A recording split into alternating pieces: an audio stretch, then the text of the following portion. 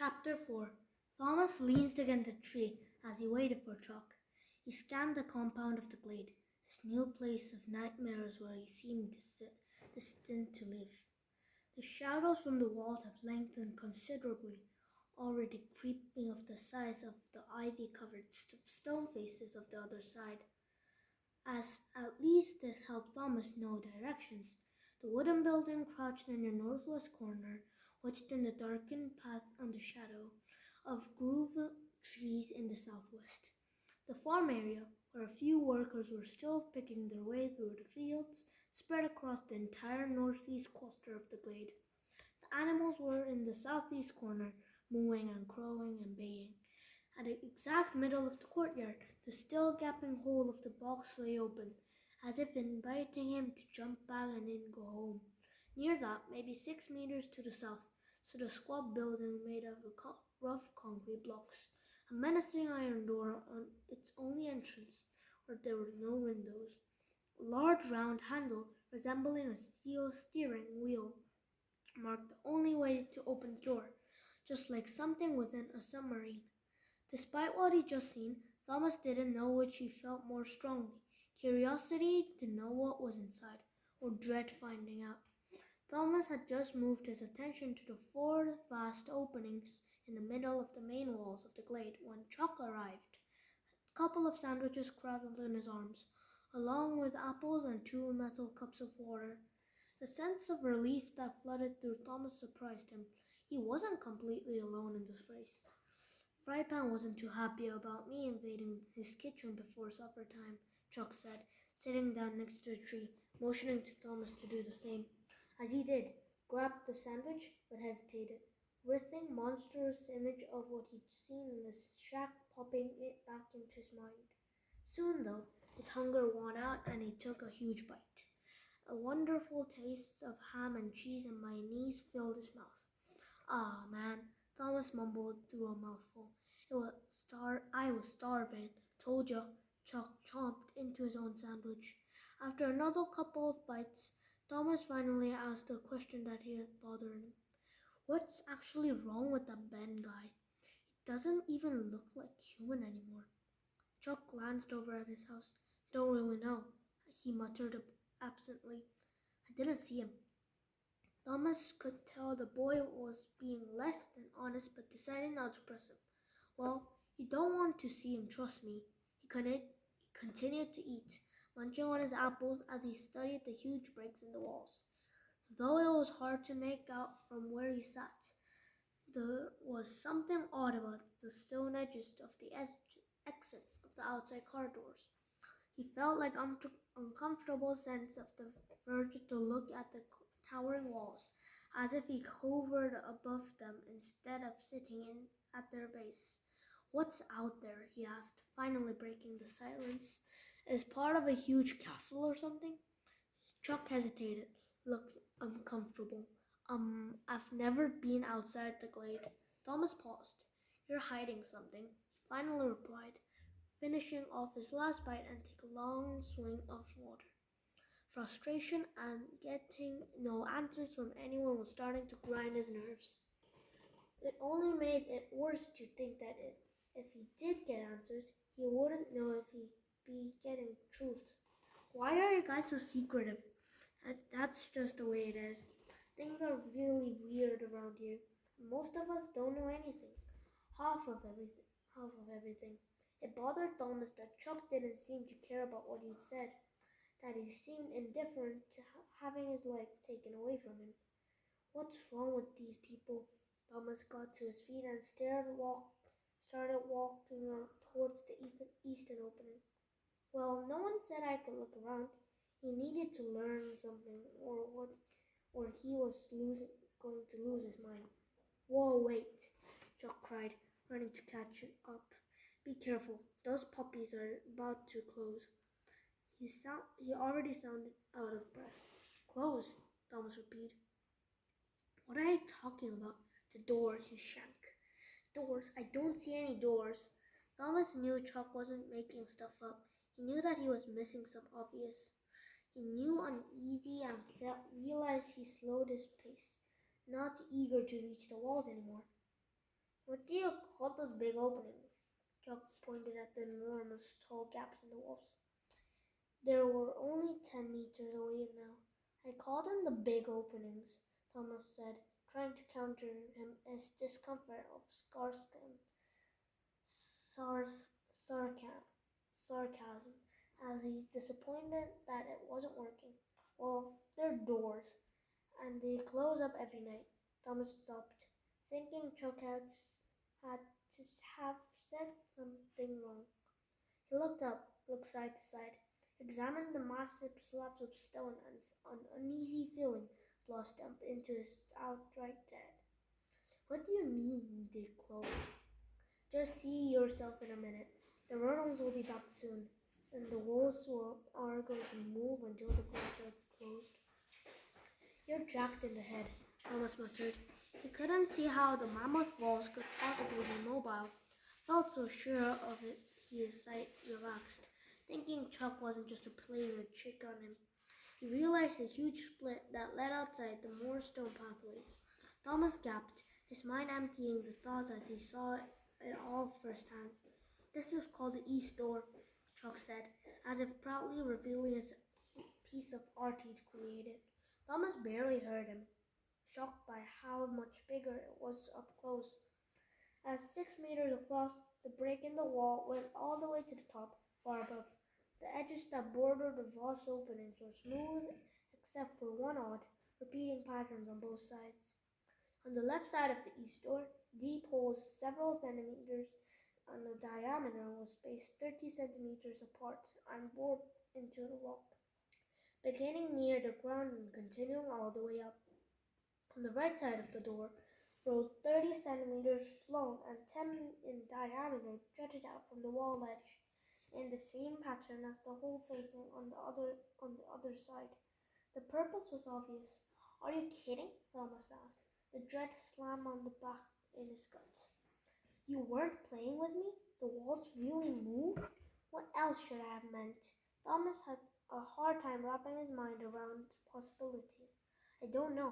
I figured there was something that swung shut or a little mini wall that slid out of one big one.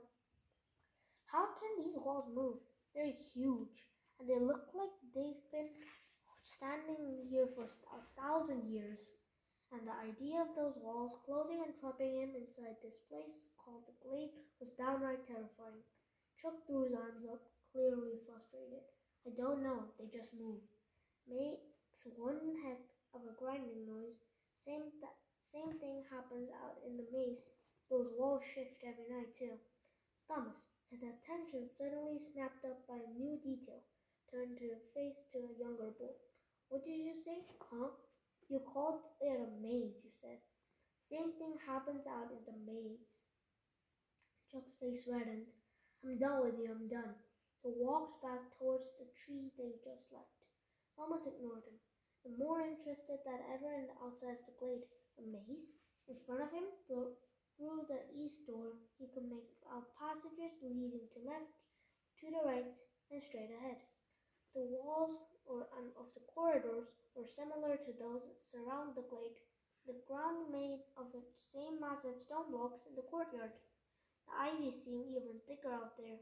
In the distance, more break in the walls led to other paths, and farther down, maybe 100 meters or so away, the straight passage came to that end.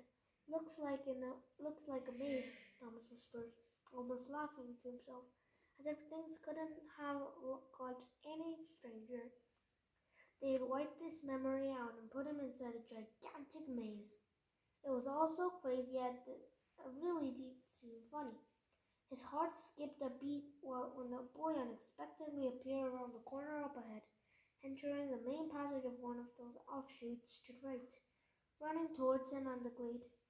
Covered in sweat, his face red, clothes sticking to his body, the boy didn't slow, hardly glancing at Thomas as he went past. He headed straight for some squat concrete building located near the box. Thomas turned as he passed. His eyes riveted and exhausted runner, unsure why his new development surprised him so much. Why wouldn't people go out and search the maze? Then he realized the others were entering through the remaining three glade openings, all of them running and looked as ragged as the guy who just whisked by him. They couldn't be much good about the maze after these guys came back looking so weary and worn. He watched curious and met a big iron door of the small building. One of those guys turned a rusty wheel handle, grunting with effort. Chuck had said something about the runners earlier. Why had they been so doing out there? The big doors finally popped open. With a deafening squeal, metal against metal, the boys swung it wide. They disappeared inside, pulling it shut behind them with a loud clunk. Thomas stared, his mind churned to come up with any possible explanation what he just witnessed. Nothing developed, but something about the creepy old building gave goosebumps, disquieting chill. Someone tugged on his sleeve, breaking him from his thoughts. Chuck had come back. Before Thomas had a chance to think, questions were rushing into his mouth. Who are those guys and what are they doing? What's inside the building? He wheeled around and pointed out the east door. And why do you live inside a freaking maze? He felt a rattling pressure of uncertainty, making his head splinter with pain. I'm not saying another word, Chuck replied. A new authority filled his voice. I think I think you should get bed early. You'll need your sleep. Ah. He stopped, held up a finger, prickling into right ear. It's about to happen. What? Thomas asked, thinking it kind of strange that Chuck was suddenly acting like an adult instead of little kid desperate for a friend he'd been only moments later. A loud boom exploded through the air, making Thomas jump. It was followed by a horrible crunching, grinding sound. He stumbled backwards, fell to the ground. It felt like there was the whole earth shook. He looked around, panicked. The walls were closing. The walls were really closing. Trapped him inside the glade. An onrushing sense of claustrophobia stifled him, pressing his lungs, as if water filled their cavities. Calm down, Greenie, Chuck yelled over the noise. It's just the walls. Thomas barely heard him, too fascinated, too shaken by the closing of the doors. He scrambled to his feet and took a few trembling steps back for a better view, finding it hard to believe what his eyes were seeing. The enormous stone walls kept to the right and seemed to defy everything known law of physics, and it slid across the ground, throwing sparks and dust as it moved, rock against rock. The crunching sound rattled his bones. Thomas realized that only that wall was moving, heading for its neighbor to the left, ready to seal shut, and its protruding road slipped into drilled holes across from it. He looked around at the other openings. It felt like his head was spinning faster than his body, and his stomach flipped over with the dizziness. All four sides of the glade on the right walls were moving towards the left, closing the gap of the doors. Impossible, he thought. How can they do that? He fought the urge to run out there, slip past the moving slabs of the rock before they shut, flee the glade. Common sense won out. The maze held even more unknowns than the situation inside. He tried to picture in his mind how the structure of it all worked. Massive stone walls, over 100 meters high, moving like sliding glass doors, an image from his past life that flashed through his thoughts. He tried to grasp memory, hold on to it, complete the picture with faces, names, place, but it faded away in obscurity. A pang of sadness pricked through his other swirling emotions. He watched as the right wall reached the end of his journey, its connecting rods finding their mark and entering without its glitch. An echoing boom rumbled across the blade, and all four doors sealed shut for the night. Thomas felt only one final moment of trepidation, a quick slice of fear through his body, then it vanished. A surprising sense of calm eased his nerves, then let out a long sigh of relief. Wow, he said, feeling the dome as such a monumental understandment. Ain't nothing, as Albie would say, Chuck murmured. You kind of get used to this after a while. Thomas looked around once more time. The feel of this place completely different now, as the walls were solid and no way out. He tried to imagine the purpose of such a thing, being to seal in or that what it protected for something out there. The thought ended at his brief moment of calm, stirring in a million of possibilities of what he might live in the life outside. All of them terrified. Fear gripped him once again. Come on, Chuck said, pulling Thomas' sleeve a second time. Trust me, when night's time strikes, you want to be in bed. Thomas knew he had no other choice. He did his best to suppress everything as he feeling and followed.